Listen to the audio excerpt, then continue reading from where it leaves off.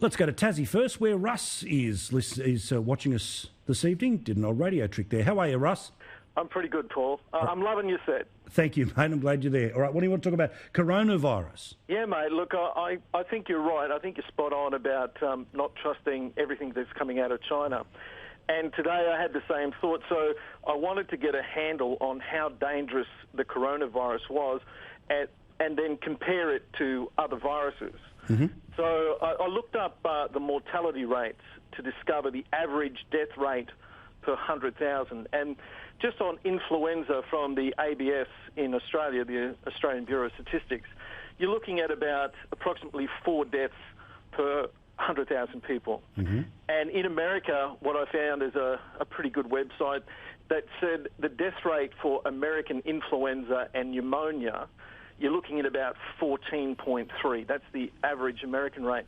Now, because, as you know, there's no official figures coming out of China on the mortality rates at the moment, but you can do rough calculations. But we're only in the early days, though, Russ, where we can't automatically say that influenza and coronavirus are the same thing. Presumably, there's not a way to treat it, frankly, at this point, is there? No, and you made out the point there that, you know, it's got a 2-week period where people who have the disease or the virus, they're contagious, but they're not exhibiting any signs. So that makes it even more complicated. I'll just get you the back of the envelope calculation.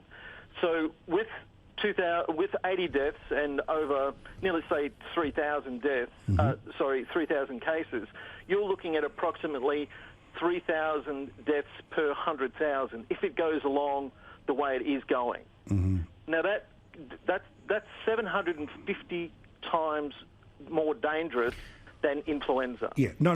Look, I understand the calculations that you've made, Russ, and I understand what the concern is, but I would imagine, Gideon, it is early days. We have to wait and see how serious this is, but I think that is why China is taking a step that China would not do. I mean, China does not like admitting a fault.